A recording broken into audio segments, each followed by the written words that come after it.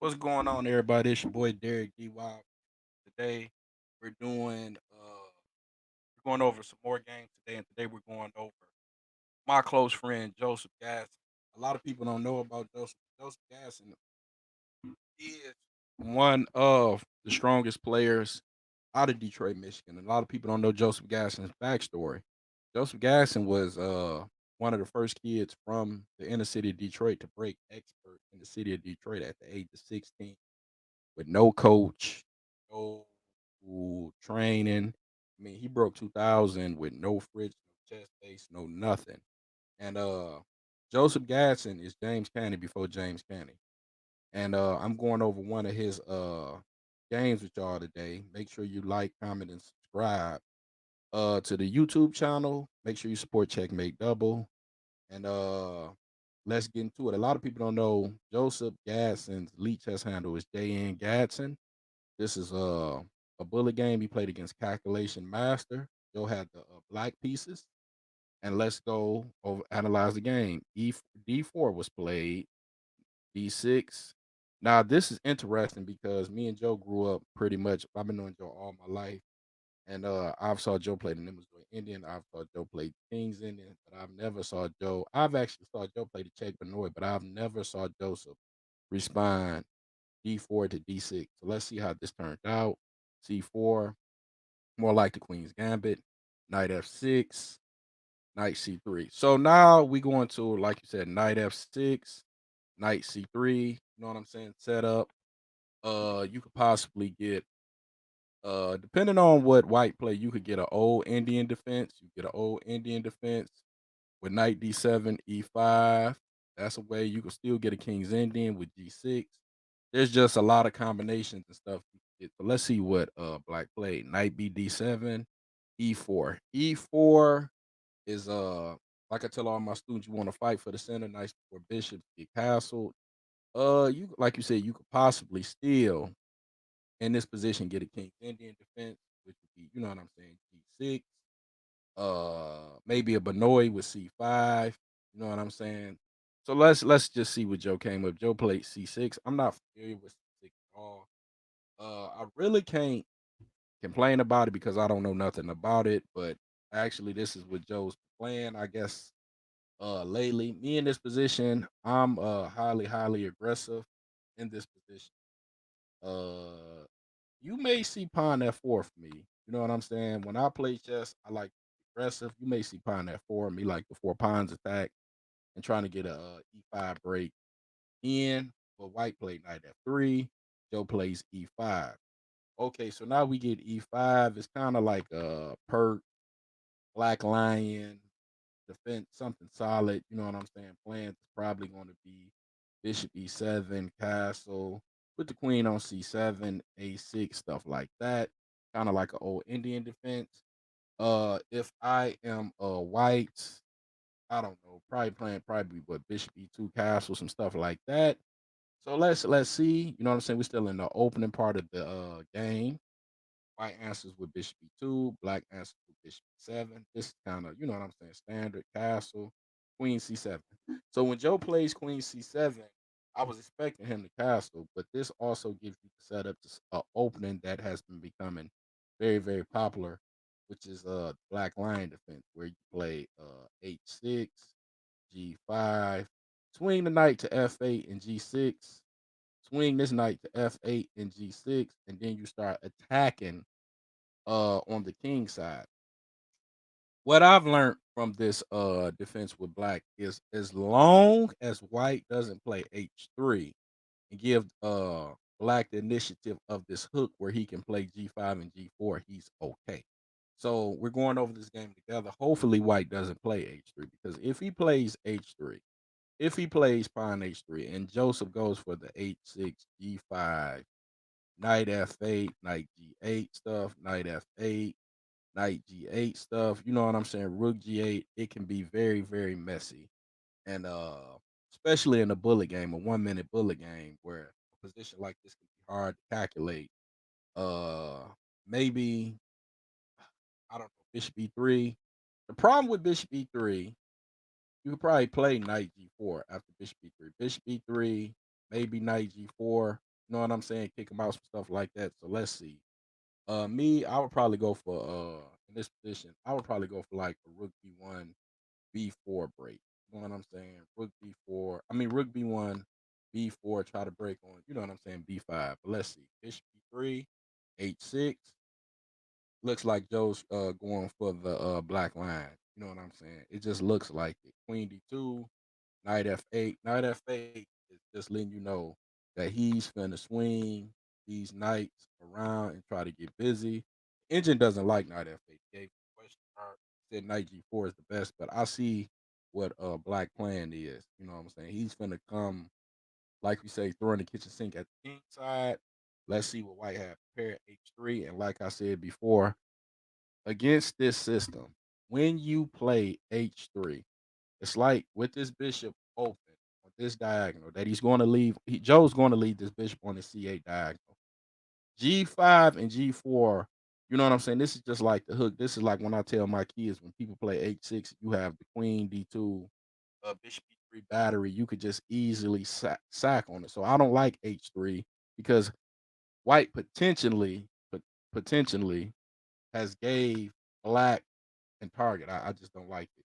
G5 immediately. You know what I'm saying? No questions asked. Rook F1. Don't like it. Rook G8.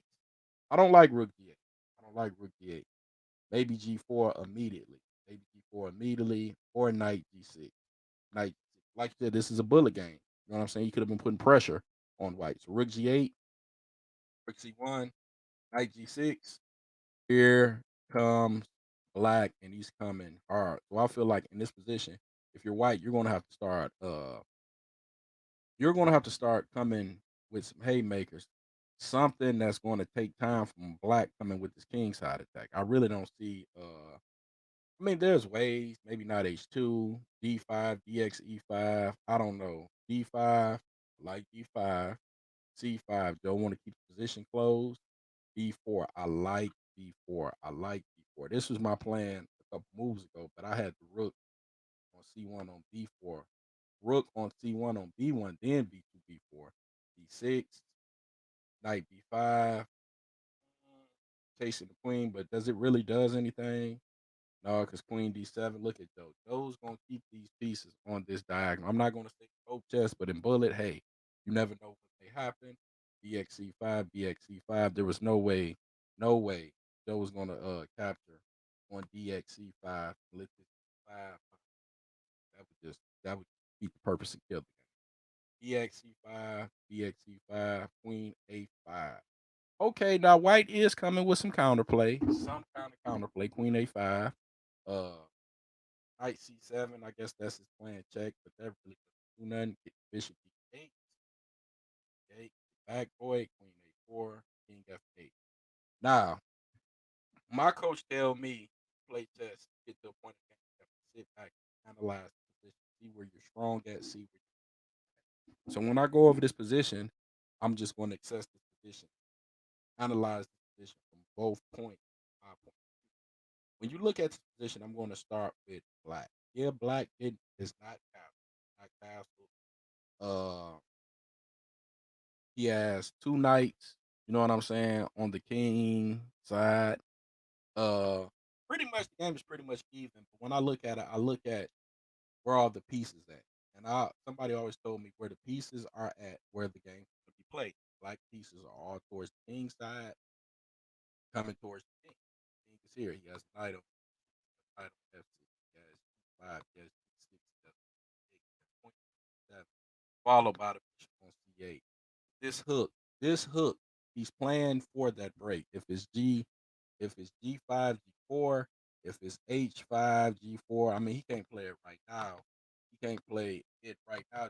Bishop 3, but we see black playing. Black has an easy plan to play out. But when you look at white, what is white playing? He has queen on A4, knight on B5, but nothing's going on the queen side. Nothing's going on the queen side. This is where we're thumping at right here. This is where we're thumping at right here. So white's not getting crushed, but I just don't think white's playing. So I'm gonna give a slight advantage to black. G4. Oh my God. in this position right here, he had to be under time pressure. He had to be time pressure. No disrespect to calculation. Had to be like that. This is a bullet. I don't know if G4 was a mouse slip. Uh, you don't know in bullet. G4 is the worst. Yeah, G2, G4 stops.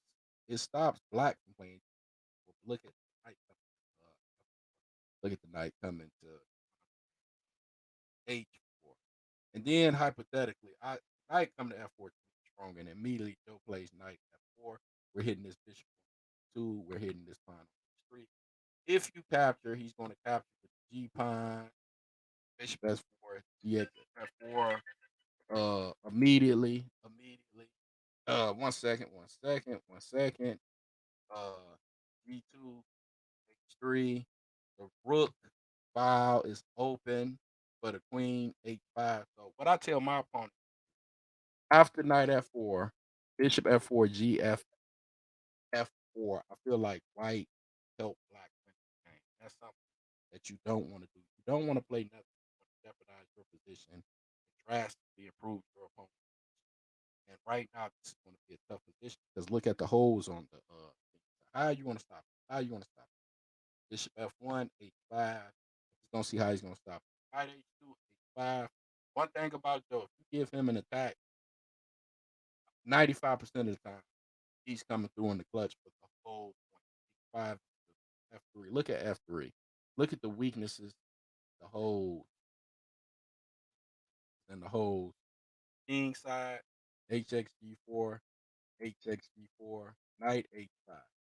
Playing on the pin, coming into the squares. You know what I'm saying? This is a tough position. I don't even know play for white. Knight F1.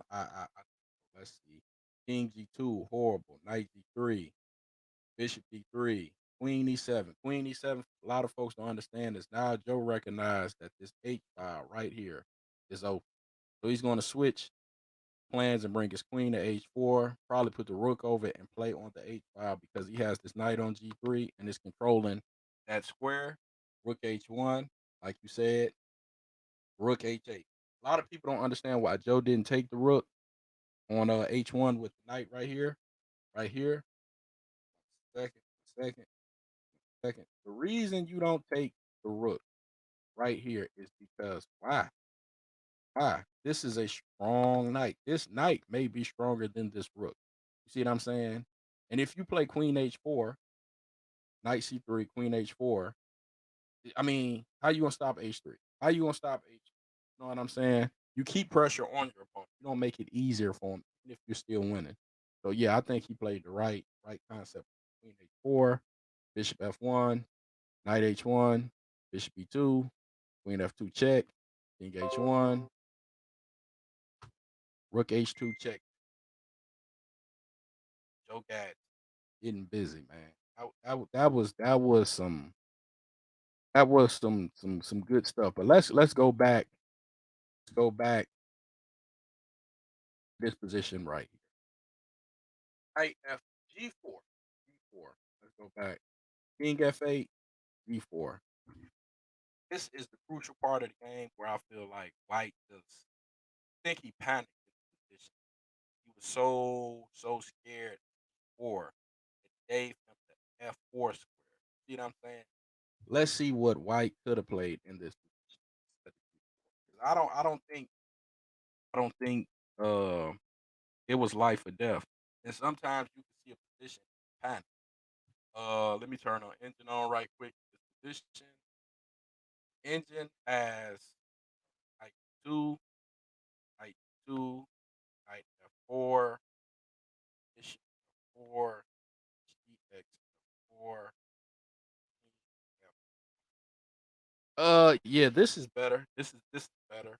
You know what I'm saying? I would still give black a slight advantage, but uh, it's not that easy for black to bust through like before. So the more of this, you know what I'm saying, in this position right here, sometimes when you have these tough positions, man, you have to really sit back and not panic and keep your calm. In, you know what I'm saying? And maybe this opponent probably would have saw it 5 minute or 3 minutes playing a tough,